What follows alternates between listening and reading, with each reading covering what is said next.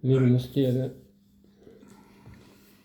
dėkuoju Tau, kad mes čia susirinkome įgyti daugiau žinių šventų rašto, kad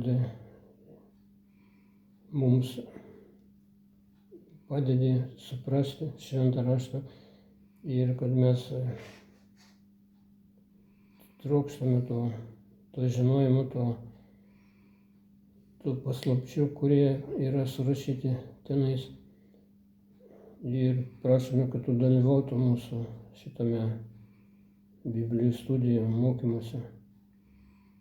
Per Kristų mūsų Viešpatį. Amen.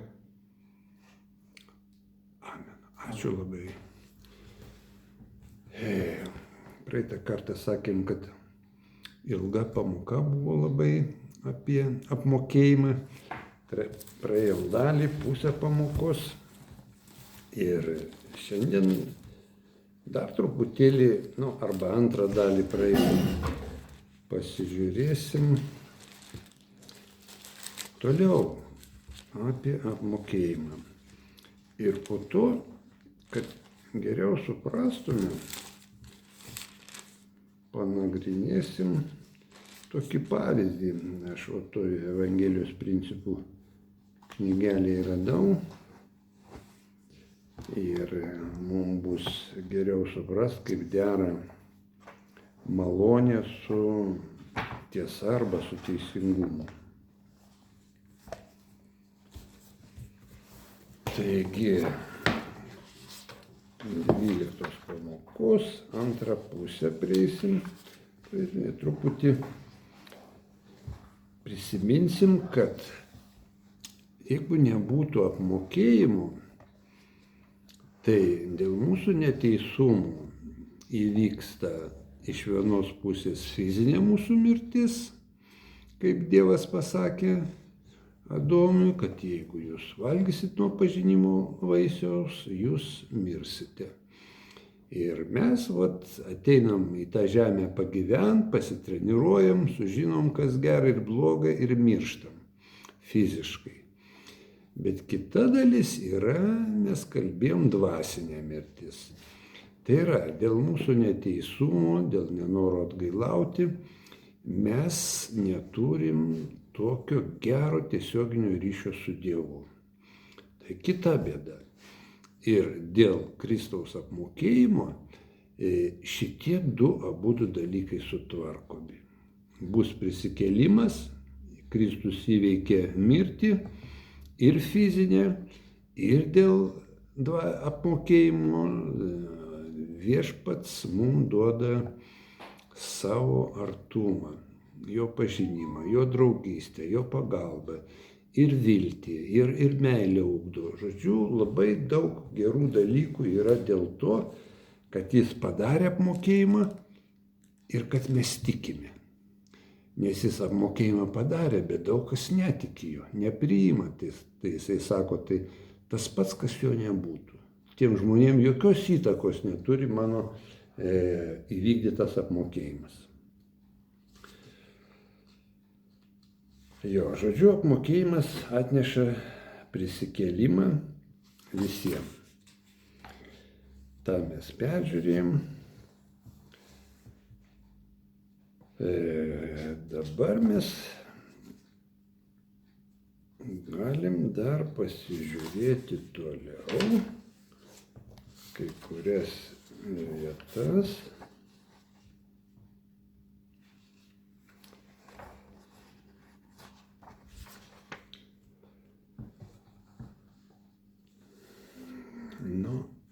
Mes čia skaitom, kur apmokėjimas padaro, kad tikintiesiems į Jėzų Kristų būtų įmanoma išsigelbėti iš savo nuodėmių. Tai padaro apmokėjimas, kad būtų įmanoma. Ir aš skaitau čia toj vietoj gelbėtojo apmokėjimo dėka. Mums įmanoma įveikti dvasinę mirtį. Nors visi žmonės bus prikelti, bet tik tai tie, kurie priima apmokėjimą, bus išgelbėti iš dvasinės mirties. Čia mūsų teiginiuose bažnyčios sakoma, 1:3. priima Kristaus apmokėjimą, sudėdami savo tikėjimą į jį. Per šį tikėjimą atgailaujame už savo nuodėmes, krikštijamės, gauname šventąją dvasią ir paklūstame jo įsakymams. Tampame ištikimais Jėzaus Kristaus mokiniais. Mums atleidžiamos nuodėmės, mes išvalomi nuo jų ir paruošiami grįžti gyventi su mūsų dangiškuoju tėvu. O va čia toks stambesnis planas yra aprašytas maždaug, kas vyksta dėl to, jeigu tiki į apmokėjimą, sudarai sandorą pagal šitą tvarką ir tada iki gyvenimo galo keliauji. Jo, ir čia mes praeitą kartą skaitėm, bet galim pakartoti, nes jisai sako toliau, nes štai aš Dievas iškentėjau tai už visus, idant jie nekentėtų. Doktrinų sandorų 19, nuo 16 iki 17. Ir Kristus padarė savo dalį, apmokėdamas mūsų nuodėmes, kad jo apmokėjimas pilnai veiktų mūsų gyvenime. Kad jo apmokėjimas pilnai veiktų mūsų gyvenime. Ir mes pažiūrėsim kai kurios momentus, eilutės, kas tai yra. Ir tam, kad jis veiktų, turime stengtis paklūsti jam ir atgailauti už savo nuodėmes. Iš vienos pusės yra jo malonė, nes be jo malonės mes nieko nepadarytume. Tai yra jo dalis. Bet kita dalis yra mūsų, yra jo įsakymai, tiesiog ar mes rimtai žiūrim, ar klausome jų, ar taip dzin. Ir nuo to priklauso. Ir apie apmokėjimą dar pažvelgsime kelias eilutės.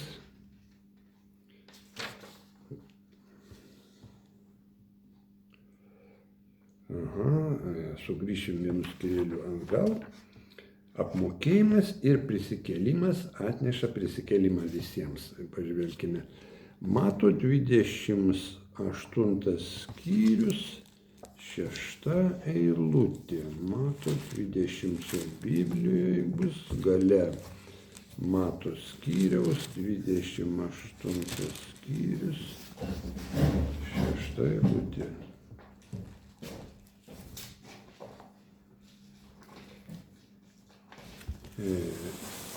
Yra viena antra Biblija, gal tau tai daugiau patinka, jo?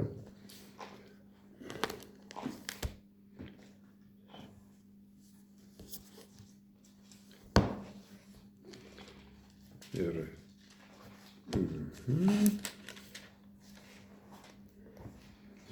čia sakoma, jo čia nėra, jis prisikėlė. Jo? Čia momentas, kada atėjo Marija aplankyti kapo ir buvo angelai, jie sako, jo čia nėra, jis prisikėlė, kaip buvo sakęs. Įeikite apžiūrėti vietą, kur viešpats gulėjo ir skubiai duokite žinią jo mokiniams. Jis prisikėlė iš numirusių ir eina pirma jūsų į Galilėją. Tenai jį pamatysite. Štai aš jums tai pasakiau. Sako, jos skubiai paliko kapą, apimtos išgąsčio ir didelio džiaugsmo ir bėgo pranešti mokiniam. Ir va čia sako, kad jo dvasia sugrįžo atgal į kūną. Radai Tomai tą vietą? Mato 28.6. Jo, 28.6. Sugrįžo atgal į kūną ir jisai anksčiau sakė, sunkiai suprantamą dalyką, sakė, sugriausite mano šventyklą ir aš per 3 dienas atstatysiu. Sako, nesąmonės kalbi, sako, žmonės 40 metų ją statė tą šventyklą, kur Erodas gyveno ir sako, dabar tu per 3 dienas atstatysi. Jisai kalbėjo apie savo kūną, atgal jisai sugrįš į tą numarintą, sužalotą kūną ir sutvarkysi vėl. Ir taip jis ir padarė. Apie prisikėlimą. 1 Korintiečiams 15, nuo 21 iki 22 eilutės pasižiūrim. Jeigu atsiversite. Kaip aš niekaip neišmokstu ieškoti. Nu, gerai. Jums sunku, tada pasiklausyti. Gerai, pasiklausysiu, man geriau eina, kaip pasiklausau. Nes kai kuriems žmonėms patinka, kai jie mato, kas rašte parašyta. Aha. Ir skaito, ir supranta. Man gyvas balsas. Nes kitiems atrodo, gal čia kas nors ką nors Ne taip. interpretuoja. Ir plus, jeigu žmonės klausysis per YouTube, jiem įdomu, kad tai būtų teisinga. Kad, mes neįsigalvojam, bet tai parašyta. Taip Dievo žodis sako. Tai 1 Korintiečiam 15, 21, 22. Tai kas čia? Aha. Galim, nuo 21 sako. Kaip per žmogų mirtis, tai per žmogų ir mirusiųjų prisikėlimas. 22. Kaip Adome visi miršta, taip Kristuje visi bus atgaivinti. Tai šita atgaivinimo arba prikėlimo dovana duodama visiems besąlygiškai. Jeigu toks Dievo planas pagyventi mums kūne, kūnas numiršta, dėl to, kad Kristus numirė ir prisikėlė, visiems dovanojimas prisikėlimas. Ar geri, ar blogi. Bet po to eina teismas. Toliau eina žmonės teisiami, vieni ateina į teismą atsiimti savo dovanas ir pasidžiaugti, kaip jie nugyveno savo kūne, o kiti eina į vairias vietas, į aukščiausią gėrio vietą, į žemesnę, į vidutinę, į dar žemesnę ir į pragarą. Yra laikinas, kaip čia pasakyti, džiaugsmo etapas, tūkstantmetis, ir laikinas buvimas pragare. Tai po to vėl bus teismas ir eis jau kiti į amžiną pražūtį, o kiti į amžiną džiaugsmą, kiti kitas karalystės ir vėl tobulės. Taip Adome visi miršta. Adome reiškia įėjo jo fizinė sėkla, į jo kūną, kadangi jis nusidėjo ir buvo toks Dievo planas. Mes visi turim pereiti tą kelią, valgydami pažinimo vaisius ir pasirinkti, kas mums tinka, kas patinka. Dar viena yra vieta Almos 11:45. Toj aš pasižiūriu, ką mums čia pranašas Almas sako.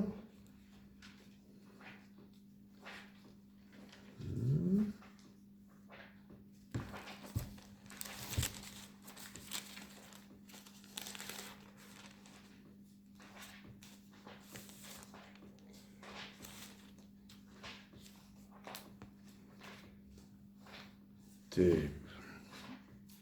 Almos 11:45. Čia Naujas testamentas. Čia Mormono knygoje gali pasiimti atsiversti. Šitoj? Jo. Čia šitoj 249 puslapis.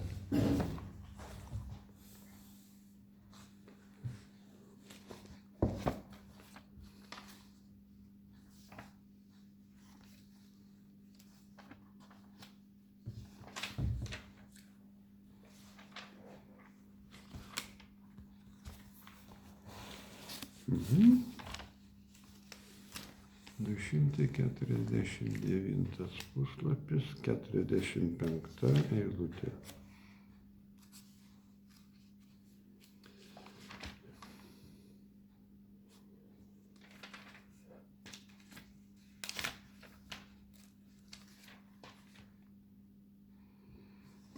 Gerai, aš paskaitau tada.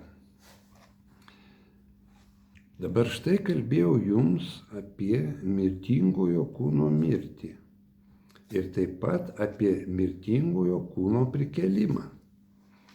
Sakau jums, kad šis mirtingasis kūnas prikeliamas į nemirtingą kūną.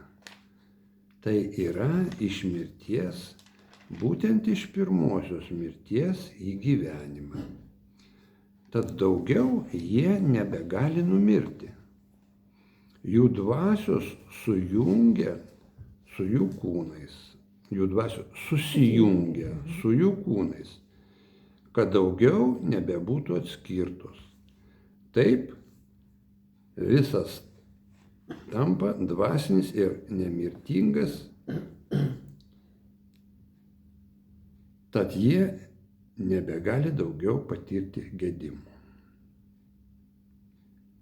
Žiūriu, kas čia prisiriškimas man. Gedimo. Jo. Taip visas tampa dvasinis ir nemirtingas, žmogaus jo kūnas visas. Tad jie nebegali daugiau patirti gedimo. Vat įdomu, nebus sirgimo, gedimo, sugrąžina viešpats, jau kūnas negendamas. Bet čia ne viskas dar. Toliau skaitom. Lygiai taip, kaip Jėzus prisikėlė, taip mūsų dvasios vėl bus sujungtos su mūsų kūnais. Tad daugiau jie nebegali numirti, kad daugiau nebūtų atskirti. Ši būsena vadinama nemirtingumu. Visi kada nors gyvenę žmonės, tiek seni, tiek jauni, tiek vergai, tiek laisvi, tiek vyrai, tiek moteris, tiek nelabieji, tiek teisieji bus prikelti. Ir vieną eilutę anksčiau, Almos 11:44, tam pačiam puslapyje. Paskaitau. Matote, 11:44. Dabar šitas atstatymas, rado tą vietą, ne? Taip. Gerai. Dabar šitas atstatymas bus visiems, tiek seniems, tiek jauniems, tiek vergam, tiek ir laisviesiems, tiek vyram, tiek moterims, tiek nelabiem, tiek ir teisiems. Ir netgi tiek, kaip galvos plaukas neprapuls. Bet viskas bus atstatyta į savo tobulą kūno pavydalą. Kaip tai yra dabar. Arba kūne, arba kūne. Ir bus atvesti ir pašaukti atsiskaityti priešais Kristaus, Sūnaus ir Dievo Tėvo ir Šventosios Dvasios, kas yra vienas amžinas Dievas, teismo pertvara, kad būtų teisiami pagal savo darbus, ar jie geri, ar pikti. Ir darbų visokių mes turim, ir gerų, ir piktų, ir kas susitvarkė, kas atgailavo, kieno pikti darbai bus padengti Kristaus auka, viskas gerai. O tie, kurie ignoravo, nenorėjo atgailauti, nenorėjo atleisti kitiem, kitus smerkė, žemino, sakys, tu būsi teisiamas. Kaip būsi teisiamas? Žinot, kaip būsi teisiamas? Ne? Savo žodžiais. Paprasta, ne? Kaip nesuprantu. Taip kaip tu kitiems sakai, tu prakeiktas, tu toks, jo. Tu netikęs, supranti, tau Dievas tenai tą padarys, aną už tokį tavo elgesį. Tai sako, tu būsi teisiamas savo žodžiais, savo lūpų žodžiais. Bumerangas. Jo, bumerangas, nieks nesugalvo, supranti, kad mane neteisingai teisė, ar ką nors, sako, toks įstatymas, kaip kokiu teismu teisi, tokiu pats būsi teisiamas.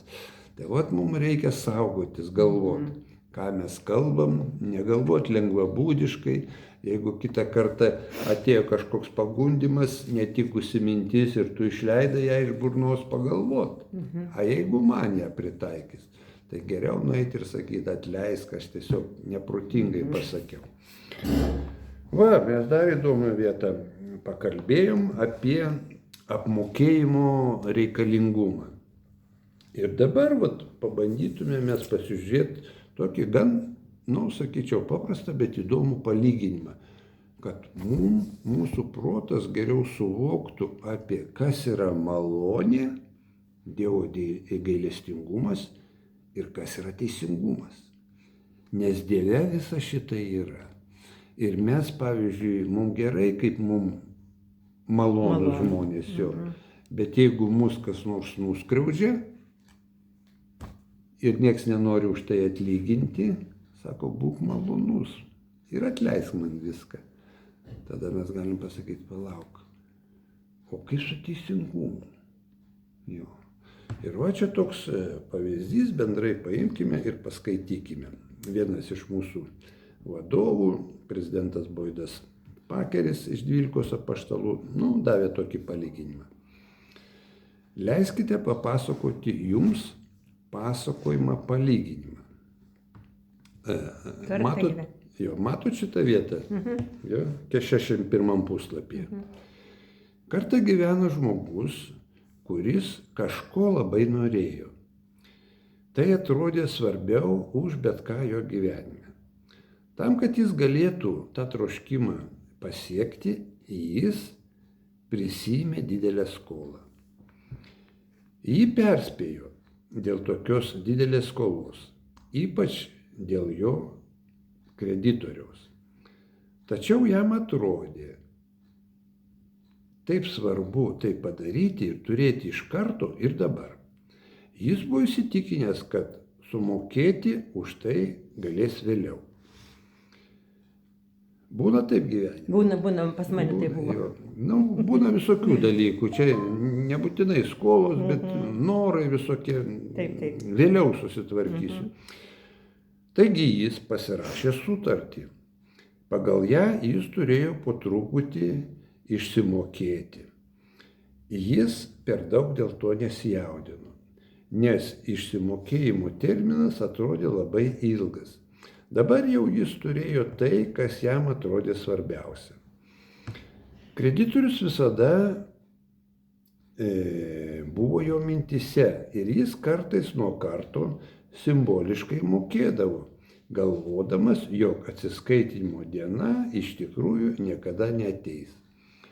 Suprantate, jeigu pasiimi gan didelę sumą į paskolą, sudarai sandorą, aš tau paskolinsiu, jeigu tau reikia, bet kokios garantijos, kad tu atiduosi man? Kokios garantijos? Jeigu tu negalėsi, kaip tada bus? Sudarai, gerai, ten sakai, aš tikrai atiduosiu, aš ten kas mėnesį tau po truputį seikėsiu, o jeigu negalėsiu, paimk mano viską, jo tenai, mano butą paimk tą, už tą skolą viską paimk. Vat panašiai būna ir paskiau mes girdim nelaimingus gyvenimus. Jo, tačiau kaip visada nutinka, ta diena atėjo ir sutartį reikėjo įvykdyti. Skola nebuvo visiškai apmokėta. Pasirodė kreditorius ir pareikalavo, kad viskas būtų sumokėta. Tik tada jisai susivokė, kad tas kreditorius ne tik turėjo galę atimti viską, ką jis turėjo, bet taip pat ir galę įmesti jį į kalėjimą. Nes tokia sutartis, viskas rimtai, sulaužė įstatymą, turi sumokėti. Sako, negaliu tau sumokėti, nes to nepajėgiu padaryti, prisipažino jis. Tuomet pasakė kreditorius, mes vykdysim sutartį. Paimsime tavo turtą ir tu keliausi į kalėjimą. Tu su tuo sutikai. Tai buvo tavo pasirinkimas. Suprantate, taip? Tavo pasirinkimas, mano sąlygos nori, vykdysiu, noriu.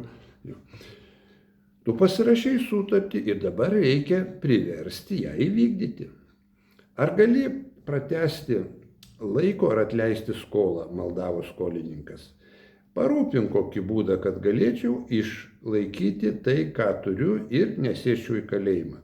Tu juk tikrai tiki malonę. Negi nepasigailėsi.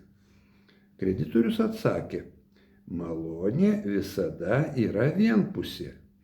Ji pasitarnaus tik tai tau. Jei parodysiu malonę tau, ji mane paliks be sumokėtų pinigų. Aš reikalauju teisingumo. Teisingai, taip? Taip. Malonė iš vienos pusės, tu būk malonus, o tada man kokia nauda? Aš reikalauju teisingumo. Ar tu tiki teisingumu? O tam skolininkui klausia tiesiai šviesiai, sako. Ar tu tiki teisingumu? Skolininkas sako, kreditorius. Tikėjau teisingumu, kada pasirašiau sutartį. Gerai skamba, taip? Tada viskas buvo gerai. Na, tu man paskolinai, aš tau gražinsiu, viskas bus teisinga. Jeigu negražinsiu, irgi bus teisinga pagal sutartį, kaip sutarė. Jo, tikėjau, kai pasirašiau sutartį, atsakė skolininkas. Jis tada buvo mano pusėje, nes maniau, jog jis mane apsaugos. Taip, teisingumas apsaugos mane, viskas bus pagal įstatymą. Man tada nereikėjo malonės ir nemaniau, kad kada nors jos prireiks. Taip pat maniau, jog teisingumas pasitarnaus mums abiems vienodai. Teisingumas reikalauja, jog apmokėtum sutartį arba būtum nubaustas, atsakė kreditorius. Toks yra įstatymas. Tu su tuo sutikai. Taip ir turi būti. Malonė negali apiplėšti teisingumo. O čia geras išsireiškimas. Ir mes pabandysim suprasti, kas tai yra. Malonė negali apiplėšti teisingumo. Tokioje padėtyje jie buvo, vienas vykdydamas teisingumą, o kitas melsdamas malonės. Nei vienas negalėjo dominuoti, nepadaręs to kito sąskaitą. Jei tu reikalausi skolos, nebus malonės, maldavo skolininkas. A jei tai padarysiu, nebus teisingumo, buvo atsakyta. Atrodė, kad neįmanoma patenkinti abiejų įstatymų. Tai yra du amžini idealai, kurie atrodė vienas kitam prieštaravo. Ar nėra būdo, kad būtų visiškai patenkintas teisingumas ir taip pat malonė? Ar jums kyla kokios nors mintis? Kontekstas su apmokėjimu. Ar yra koks nors būdas, kad būtų patenkintas ir teisingumas, ir malonė? Atgailauti. Jisai sako, aš gailiuosi, negalvojau, kad man reikės gražinti taip greitai. Atleisk man. Jis atgailavo. Sako, kur teisingumas? Kur mano pinigai? Kaip išspręsti, kad būtų suderinta ir teisingumas, ir malonė? Teisingumas reikalauja, kad tu gražintum, mes taip sutarė. Tu savo valia pasirašei sutartį, kad jeigu tu negražinsi man skolos, tu eini į kalėjimą, atidirbi, sėdi ir vis tiek turi gražinti. Jo. Tai mes pažiūrėsim, kaip įdomiai išriša. Yra būdas. Teisingumo įstatymas gali būti visiškai patenkintas ir malonė gali būti suteikta.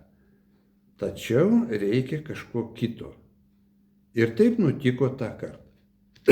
Reikia kažko kito. Kažko trečio reikia. Taip. Skolininkas turėjo draugą. Jis atėjo padėti. Jis gerai žinojo skolininką. Jis žinojo, kad anas yra trumparegis. Jis manė, jog buvo kvaila patekti į tokią keblią padėtį. Tačiau jis norėjo padėti, nes jis jį mylėjo. Jis atsistojo tarp jų abiejų, atsisuko į kreditorių su pasiūlymu. Aš tau sumokėsiu skolą, jei tu atleisi skolininką nuo jo sutarties, kad jis galėtų išlaikyti savo turtą ir nepatektų į kalėjimą. Kreditoriui apmąstant pasiūlymą, tarpininkas pridūrė. Tu reikalauji teisingumo, nors jis tau negali sumokėti, aš tai padarysiu. Su tavimi bus teisingai pasielgta ir tu negali prašyti daugiau, nes tai bus teisinga. Suprantat, kreditorius, viskas ant teisingumo būtų. Tai parašyta, aš turiu atgauti savo pinigus. Sako, gerai, tu juos atgausi ir turėsi tai, kas tau iš tave paimta. Tu turi būti teisingas, turi būti patenkintas. Ir taip kreditorius sutiko. Gerai, sako.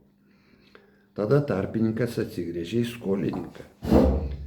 Jei sumokėsiu tavo skolą, ar tu priimsi mane savo kreditoriumi? Įdomus dalykas, jo.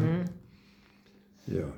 Aš dabar už tave sumokėsiu, kad tu staigiai nepapultum į kalėjimą ir nebūtų visas turtas atimtas šito momentu, bet tu turėsi atsiskaityti. Aš tiesiog suteikiu tau malonę, pratęsiu tą laiką, kad tu apsigalvotum, vat dabar atgaila prasidės, supranti? Dabar prasidės atgaila. Kad, aš ignoravau tą skolą, nekreipiau dėmesį.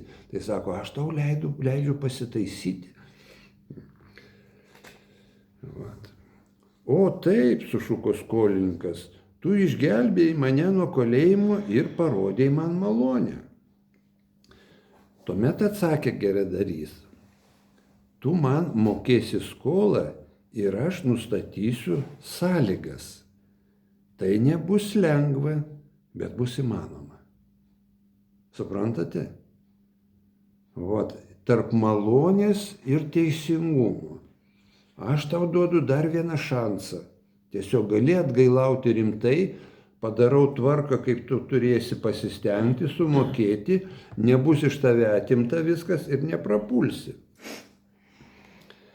Tai nebus lengva, bet bus įmanoma. Aš parūpinsiu būdą. Tau nereikės eiti į kalėjimą. Nu, geras variantas. Nu, geras. Dar neaišku, ko jis norėjo. Geresnis negu kalėjime, taip? Nu taip. Žiūrim toliau. Ir buvo taip, kad kreditoriui buvo viskas sumokėta. Su juo buvo teisingai pasielgta. Sutartis nebuvo sulaužyta. Teisingumas įvykdytas to, ką jis reikalavo. Kita vertus, skolininkui buvo suteikta malonė. Abu įstatymai buvo patenkinti. Dėl to, kad buvo tarpininkas teisingas ir malonė, dėl to, kad buvo tarpininkas teisingumas ir malonė buvo visiškai patenkinti. O trečias tarpininkas. Jisai sprendė abipusę problemą. Dabar aš susirašiau tokį klausimą. O kas būtų, jeigu vėl tas skolininkas nustotų mokėti? Kas būtų? Tai ten sutartį turėtų būti parašyta. Taip, sugrįžtų prie tos pačios sistemos. Sugrįžtų prie teisingumo. Suprantat? Aš, sako, nustatau sąlygas ir tvarką. Dabar tu nepasmerkiamas, bet turėsi rimtai į tai žiūrėti. Bet jeigu tu apsigalvosi, viskas sugrįž. Reiškia, tu nerimtas, tu nevertas gailestingumo, tu nevertas malonės. Pas Dievą lygiai taip pat, žinokit, veikia. Jeigu mes nerimtai atgailaujame, nežiūrim į savo elgesį rimtai, sako, ką darysi? Tavo pasirinkimas. Taip, mūsų nuodėmės yra dvasinės mūsų skolos. Suprantate, turbūt sutinkate su tai, kad mes daug laužome visokių įstatymų. Ir pažadam, ir skola, ir galbūt ką nors pasmerkiam, ir nuteisiam, ir pameluojam kažkokiu. Mes laužome Dievo įsakymus ir kaupiam savo atlyginimą. Bet Jėzus Kristus yra mūsų gelbėtojas ir tarpininkas. Jisai irgi tarpininkas, jisai stoja tarp teisingumo ir malonės. Ir jisai įsprendžia, tam buvo reikalingas apmokėjimas. Nes kaip tam pavyzdyje, tarpininkas apmokėjo už jį ir sako, dabar sudarom su manim sutartį, jeigu nori. Jisai sako, noriu, laikysiuos. Bet Jėzus Kristus, kuris yra mūsų gelbėtojas ir tarpininkas, visi mokėtume už savo nuodėmes, patirdami dvasinį mirtį. Tačiau per jį, jei laikomės jo sąlygų, kurios yra atgaila ir jo įsakymų laikymasis, galėsime sugrįžti gyventi su dangiškuoju tėvu. Ne tik būti prikelti, negendantis ir gali būti negendantis, prikelti, nesergantis, bet amžinai nelaimingi, neatleistos nuodėmės, širdyje ugnis dega, kaltės jausmas, draugų ten neturi, arba draugai tyčiojasi, žemina tave. Nu, tada galvoju, tai kam toks amžinas gyvenimas reikalingas? Nu, neamžinas prikelimas, amžinai būti sveikam ir griaužti save. Kokia čia laimė? Nu, o čia reikia racijos šiek tiek. Nuostabu, kad Kristus mums parūpino būdą, kaip galime būti išgydyti iš savo nuodėmių. Ir jis sakė, štai aš atėjau į pasaulį, kad išgelbėčiau pasaulį iš nuodėmės. Todėl, kas tik atgailauja ir ateina pas mane kaip mažas vaikas, tą aš priimsiu, nes iš tokių yra Dievo karalystė. Sudėtingos sąlygos. Pabandykime trumpai padiskutuoti. Ką reiškia? Kas pas mane ateina kaip mažas vaikas, tokios aš priimsiu. Nu, išvarus, vienodėmė tas vaikas. Nes iš tokių yra Dievo karalystė. Tai kalba normaliems suaugusiems žmonėms. Aš negaliu pasakyti, kad visi maži vaikai, eidami su tėčiu, tėtis sako, duok man ranką, duoda ranką. Ja. Dabar eisim ten, jis eina. Negaliu pasakyti, kad absoliučiai visi taip daro. Nu, bet dauguma taip daro vaikų. Gal anksčiau tokių nebuvo, aš nežinau vaikų, bet dabar aš kartais pamatau parduotuvėje, kaip eina su mama vaikas, rodo su pirštu, sako, negalim, jis krenta ant žemės ir spardosi, trypia, noriu, sako, duok man. Nu, aš nežinau, tai ne apie tokius vaikus eina kalba jau. Taip, bet mažas vaikas tiesiog jisai klauso ir paskiau bando padaryti. Jeigu jis nesupranta, sako, o kodėl, o kam taip reikia, supranti, o ką tai reiškia. Va, tu paaiškini ir jam mintis eina į protą ir jį mokina. Tai va sako, jeigu jūs suaugę žmonės būsit labai gudrus ir protingi ir nepriimsite tiesos įstatymų, o jie dažnai ateina iš dvasios. Yra rašytiniai įstatymai ir yra širdie įrašytas įstatymas. Ir širdis mums kartais pasako, kad tai negerai, tai nesąžininga, bet mes nekreipiam dėmesio dažniausiai. Žiūrim, kas mums patogu. Tai va sako, jeigu jūs tokie netapsite, jūs negalėsite į Dievo karalystę. Nes jeigu ten susirinks visi tokie patys ir apgaudinės visus ir ginčysis ir pešis, tai kokia čia bus Dievo karalystė arba dangaus karalystė? Netinka. Suklysti galima, bet tada mažas vaikas sako, tėti, o kas nesigavo, kodėl tu supykai taip? Ir kada jisai kampe sėdė už ką nors, taip jisai galvoja. Aš atsimenu apie savo šeimą, kaip padaro kokį nors negerą daiktą, ten sudraudė, tai dar ten sklaidosi, sakai, į kampą ir sėdėsi. Tai dar ten tam kampe juda, krūta, ten, čia ta, žiūri, paskiau nusiramino, sėdi, tylų, ramu. Sako, tėti, klausau, aš jau supratau, ką ne tai padariau. Gerai, ateik, pasikalbėsim, ką tu supratai. Nu, vat supratau, kad čia neteisingai pasakiau, pastūmiau ten, nuskriaudžiau. Supratai, daugiau nedarysi, jo, gerai, eikš, bučkis, tai ką vėl tvarkuoti. Vat maždaug pas mumi panaši situacija vyksta. Jo, sako, štai už tokius aš paguldžiau gyvybę. Ir vėl ją paėmiau, kad todėl atgailaukite ir ateikite pas mane, jūs žemės pakraščiai, ir būkite išgelbėti. O jisai paprastai tiesiai šviesiai sako, aš to trokštu, aš noriu jūs išgelbėti. Bet atgailaukite, palikite savo piktumą, išdidumą ir visus kitus negerus dalykus. Jeigu galim, 3 Nefio 9, 21, 22.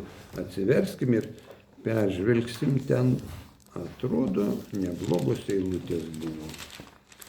3 Nefio 9, 21, 22. Taip, jis čia panašiai sako. Štai aš atėjau į pasaulį, kad atneščiau išpirkimą pasauliui, kad išgelbėčiau pasaulį iš nuodėmės. Tai mano tikslas buvo. Todėl, kas tik atgailauja ir ateina pas mane kaip mažas vaikas, tą aš priimsiu, nes iš tokių yra Dievo karalystė. Čia ta pati vieta. Štai už tokius aš paguldžiau savo gyvybę ir vėl paėmiau.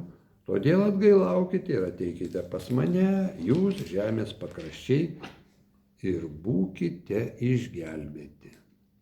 Atgailaukite ir ateikite pas mane. Yra daugiau labai gerų vietų. Almos 34 nuo 9 iki 16. Gal vis dėlto pažvelkime, čia kaip tik tas žodis yra apmokėjimas būtinas. Almos 34 nuo 9 iki 16. Galiu skaityti? Jo, gali paskaityti. Nes būtina, kad būtų įvykdytas apmokėjimas. Nes pagal didįjį amžinojo Dievo planą turi būti įvykdytas apmokėjimas. Antraip visi žmonės neišvengiamai pražus. Taip visi yra užkietinti. Taip visi nupuolė ir prapuolė ir turėtų pražūti, jei ne apmokėjimas, kuris būtinai turi būti įvykdytas. Nes būtina, kad būtų didžioji ir paskutinė auka. Taip, ne žmogaus auka, ne gyvulo, ne kokio nors paukščio. Nes tai nebus žmogaus auka, bet tai turi būti beribė ir amžina auka. Dabar nėra ne vieno žmogaus galinčio paaukoti savo kraują, kuris apmokėtų kito nuodėmes. Dabar, jei žmogus nužudo, štai argi mūsų įstatymas, kuris yra teisingas, atima jo brolio gyvybę? Sako jums ne. Bet įstatymas reikalauja gyvybės to, kuris nužudė. Todėl niekas, kas neprilygsta berabam apmokėjimui, nėra pakankama auka už pasaulio nuodėmes. Ar suprantama šita sistema visa? Taip. Visi yra užkietinti. Visi prapuolė, visi mandri. Ir kaip tada išgelbėti? Visi prisidirbę savo skolų dvasinių, kreditą didelį turi. Sako, be apmokėjimo Dievo teisingumas neleidžia taip praleisti visko. Todėl būtina, kad būtų didžioji ir paskutinė auka. Ir tada baigsis, arba reikėtų, kad baigtųsi kraujo praleijimas. Tada Mozės įstatymas bus įvykdytas. Taip, visa tai bus įvykdyta, kiekviena raidelė ir brūkšnelis, ir niekas nebus pražuvęs. Nes Mozės įstatymas buvo kaip šešėlis. Suprantat, kad yra šešėlis. Yra šviesa, yra tikras daiktas ir už daikto yra šešėlis. Bet netikras daiktas. Šešėlis Mozės įstatymas, kad turi būti kraujas pralietas už nuodėmę. Ir ten gyvulius aukojo, liejo.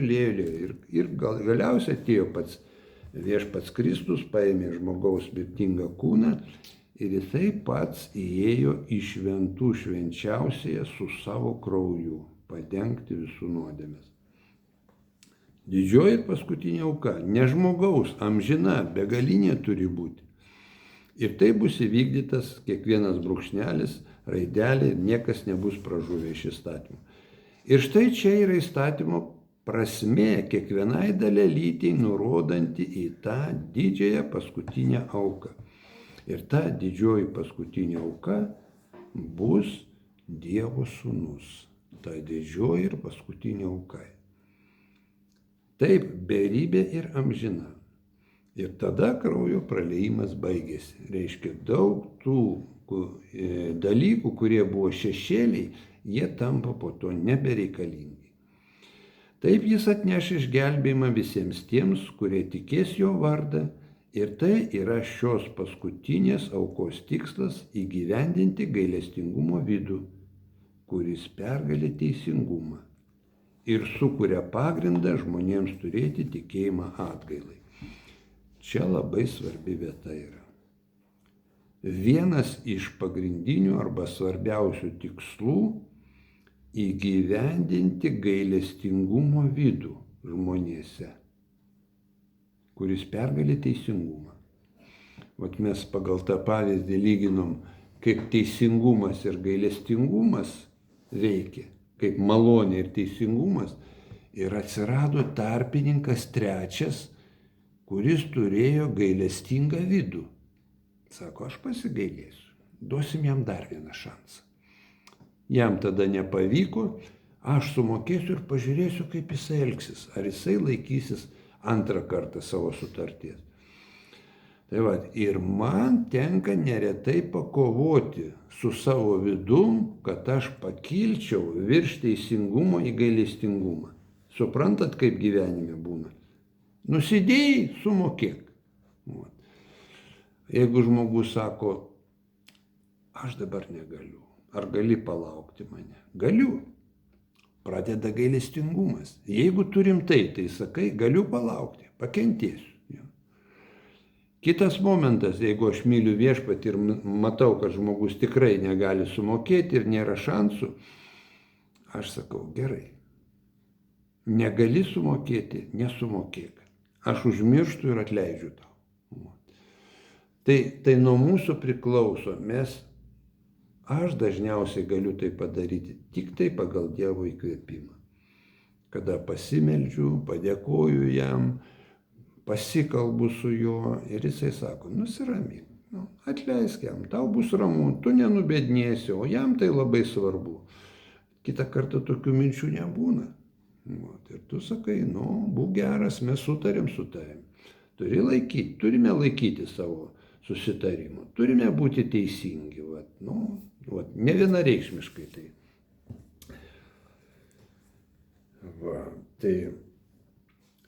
Toliau čia dar tokia eilutė, apmokėjimas mus išgelbės iš fizinės ir dvasinės mirties. Romiečiams 5 nuo 12 iki 17 sakoma, kaip per vieną žmogų į pasaulį įėjo mirtis, tai per vieną žmogų ir gyvenimas. Romiečiams 5, 12, 17. Romiečiams ten daug yra gerų dalykų, yra apie tą teisingumą ir gailestingumą. Mes dar turim truputėlį laiko, gal paimsim ir pažvelgsim vieną kitą vietą. Surišta su apmokėjimu.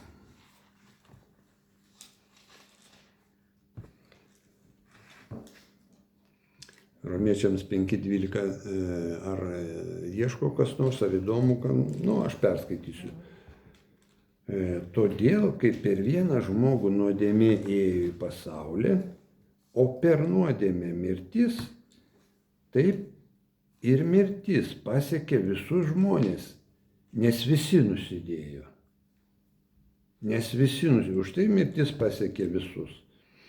Nuodėmė buvo pasaulyje ir iki įstatymų, bet nesant įstatymų, nuodėmė neįskaitoma. Suprantat šitą išsireiškimą? Nesant įstatymų, nuodėmė neįskaitoma. Jeigu mes atėjom į sodą ir pradėjom skinti vaisius ir niekur neparašyta, kad čia kieno nors jie laukiniai yra, tai nėra nuodėmės, suprantat? Bet jeigu mes atėjom prie tvoros ir parašyta čia privati nuosavybė ir negalime tenai vaikščioti ir mes skiname, tai mes pažeidžiam įstatymą. Jau atsiranda nuodėmė. Šuviukas užpuls. Kaip? Šuva užpuls. Gal šuva, gal nušaus, gal dar kas nors.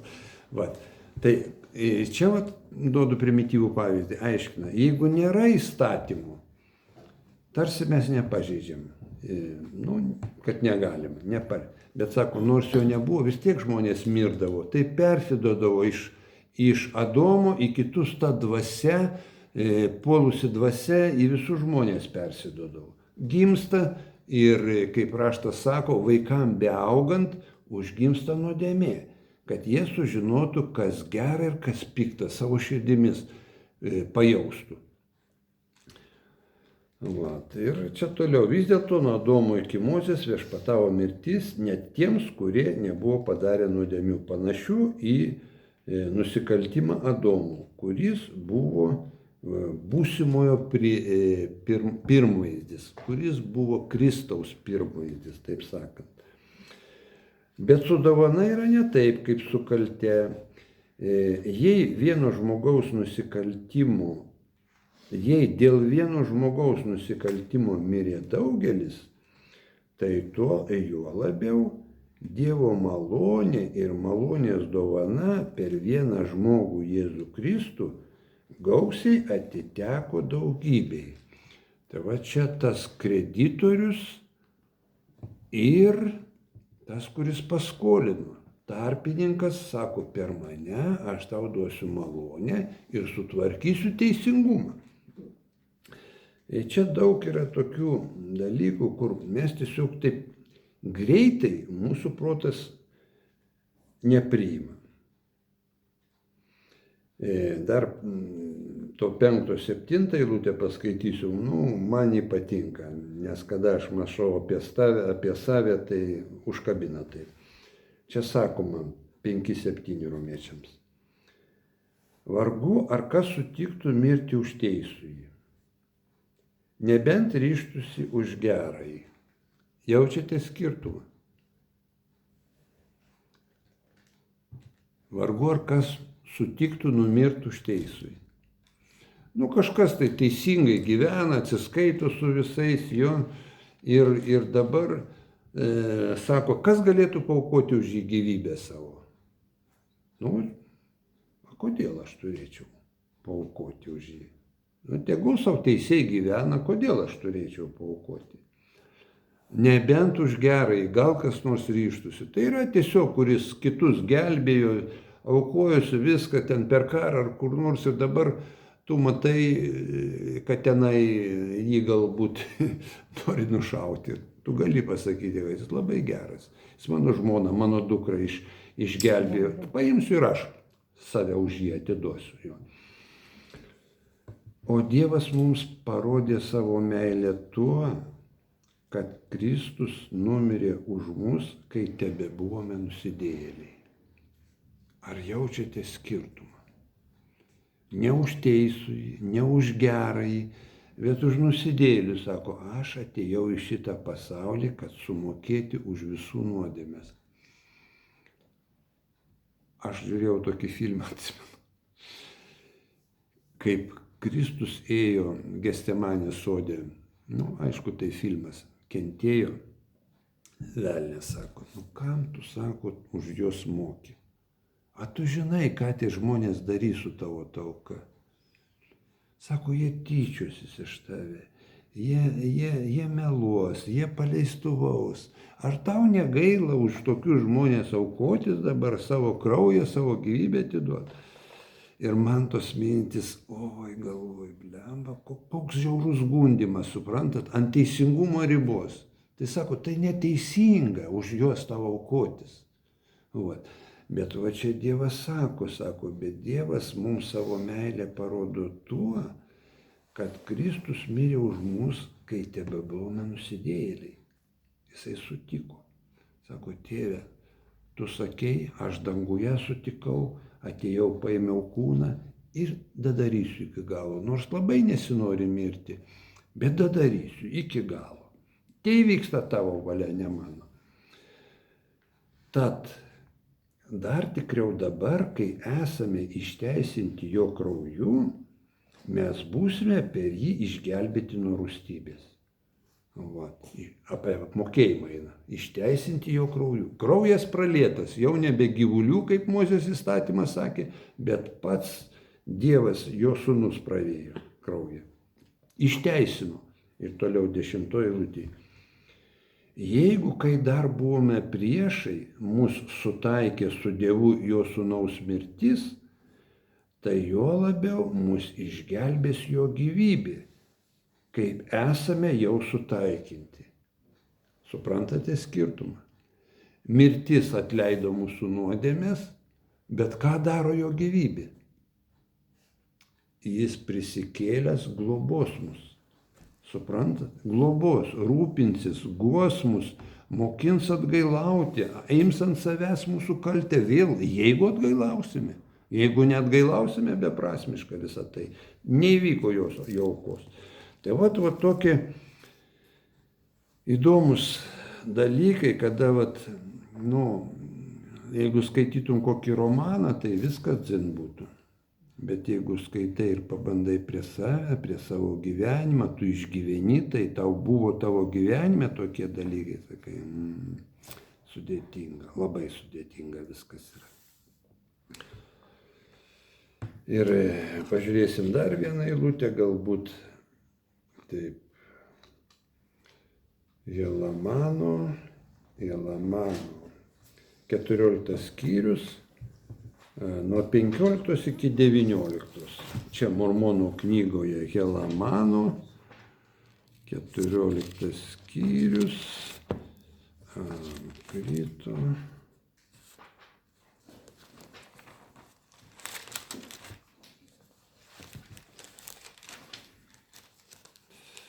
Taip, 420.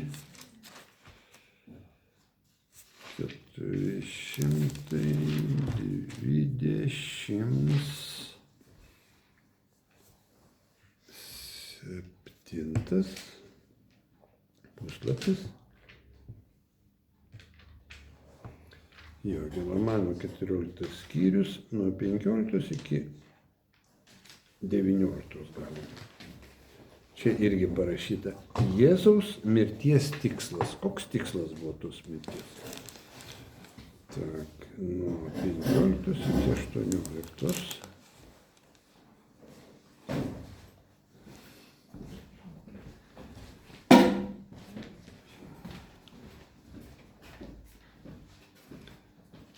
Aha, suradote 427 puslapis.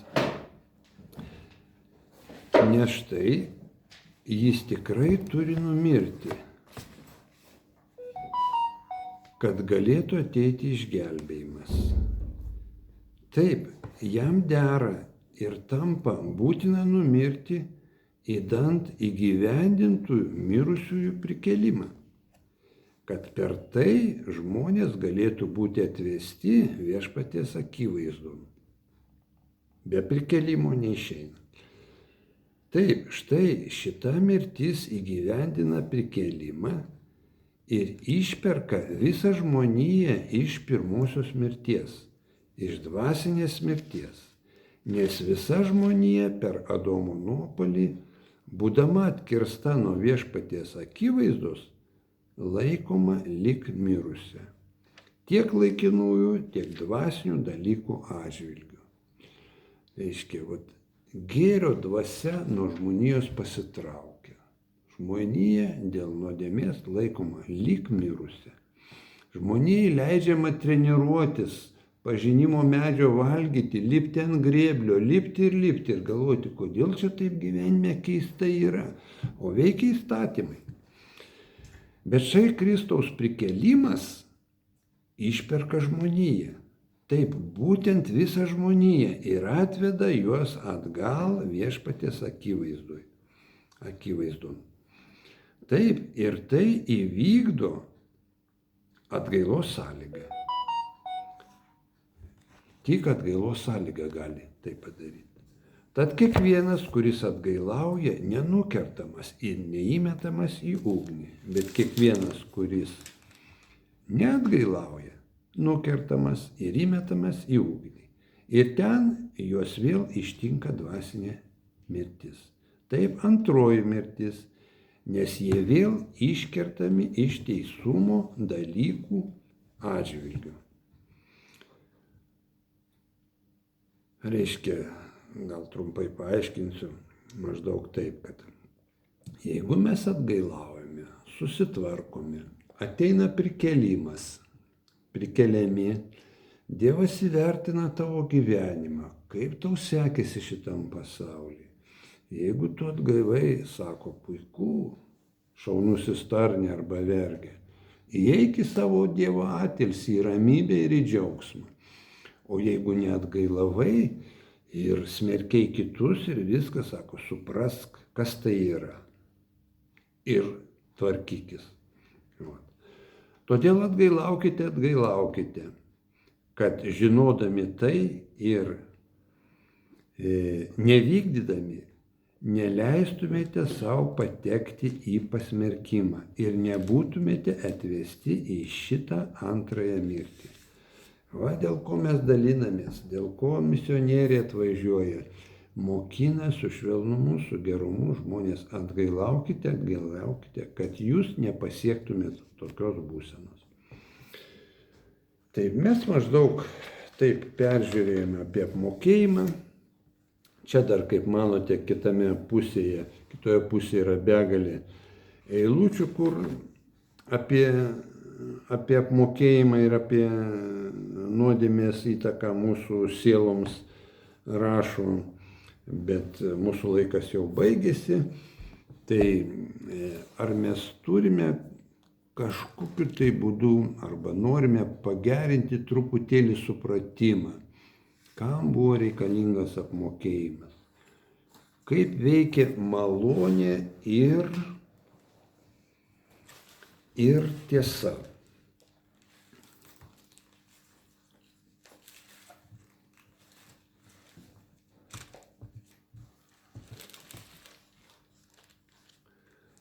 Noriu dar vieną vietą gerą prisiminiau, dar daugiau negu vieną paliesti. Kad tai, ką mes kalbėjome ir iš Biblijos, ir iš Marlovos knygos, ir iš to palyginimo apie malonę ir teisingumą, kad Kristus sako, aš būsiu tarpininkas, jeigu nori. Dabar aš sumokėsiu už tave, bet duodu tau sąlygas, kaip tu gali pasitaisyti. Ir jeigu žmogus sako gerai, viskas gerai. Paskaitykime, jeigu galim, taip Filipiečiams 2:12 eilutė.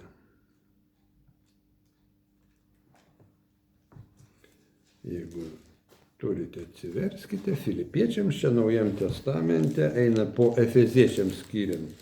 Efeziečiams eina, Galatiečiam, Efeziečiam, toliau Filipiečiams antras skyrius. Šventą raštą? Jo, Biblijai. Biblijai, čia jeigu noriu. Noriu parodyti, kaip tai dera. Nes yra tam tikras protestantų krikščionių grupės supratimas, kad mes išgelbėjami tikėjimu ir malone. Tai yra, patikėjau, mane užanspaudavo ir aš jau išgelbėtas. Ne. Tikėjimu, malone ir toliau leidžiam Dievui išvalyti mūsų nuodėmes. Ir čia sakoma, ar atsivertėte? Filipiečiams 2:12.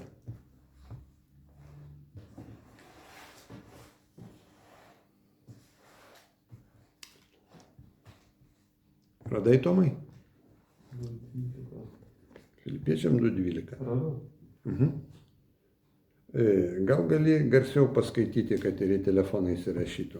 Taigi, mano mylimieji, kaip visuomet klausydavote manęs, kai būdavau tarp jūsų, o dar labiau dabar. Man su jumis nesant, taip darbuokite savo išganimui su baime ir drebėdami. Nes Dievas iš savo palankumo skatina jūs ir trokšti ir veikti. Jo. Darbuokitės savo išganimui, taip? Ten taip kažkaip parašyta. darbuokite savo išganymą. Jo. Jo. Vat matote, raštas taip sako. Taip kaip apie tą teisėją ir tarpininką. Sako, aš tave sutarpininkausiu dėl tavęs, padengsiu, bet turėsi stengtis, tai nebus lengva. Tai va čia lygiai taip pat sako, pas mane dar griežčiau pasakyta, sako, taip mano mylimieji, kaip visuomet paklūsdomėte, kai buvau tarp jūsų, tai jo labiau dabar, man neesant tarp jūsų, atbaikite savo išgelbėjimą su baime ir drebėjimu. Atbaikite savo išgelbėjimą. Toliau būkite paklusnus, toliau būkite maloningi, gailestingi. Žodžiu, leiskite Dievui užauginti vaisių ant tos šakelės. Džiaugsmo, gerumo, teisumo vaisių. Ir tiesiog norėsiu tuom užbaigti mūsų pamoką. Ir tai tinka visam kontekstui, tai tinka tam pasakymui, kur 1 Jono 5 sako, kad kas turi sūnų, turi gyvenimą, kas neturi sūnaus, neturi gyvenimą. Sūnaus tai myli tėvą, myli Kristų, jame gyvena ta dvasia, guodžia jį, mokina, tas turi gyvenimą. Ir pranašas Nelsonas įdomiai labai pasakė. Sako, mylimieji, kviečiu, tapkite visi arba apsispręskite būti Kristaus mokiniais. Mąstykite celestiališkai. Jeigu jūs neišmoksite bendrauti su guodėju arba su šventąja dvasia, tai sako, tais sunkiais laikais, kurie dabar ateinate, dvasiškai jūs neišstovėsite. Suprantat? Kada pilna visokio neteisumo, grubumo, žeminimo, tyčiojimusi, tai kur čia teisingumas bus? Tai kas čia daros? Kur tas Dievas? Va, bet kada mes galėsim pasimelst, sakyti, viešpatie, ką man daryti? Va, tokie keisti dalykai. Ateis išmintis ir būdas, kaip mums susitvarkyti, kaip nusiraminti, kaip pakęsti. Tai yra labai svarbu. Tai va, tiek norėjau pakalbėti apie apmokėjimo svarbą, panagrinėjome tokį pavyzdį, kaip suderinti malonę ir teisingumą, ir Kristus yra va, tas tarpininkas, tas avinėlis, kuris ima ant savęs pasaulio nuodėmes. Ir visą tai sakiau Jėzaus Kristaus vardu. Amen. Birutė, pasakysi mums maldelę? Gerai. Brangus dangiškas Tėve, dėkuoju tau už šią pamoką, dėkuoju, kad kad mus moko mokytojas, kaip pažinti tave, kaip susipažinti su Jėzaus gyvenimu. Ir džiaugiamės tavim, kad tu esi, kad mums padedi ir visą tai sakau Kristaus vardu. Amen. Ačiū, sesutė.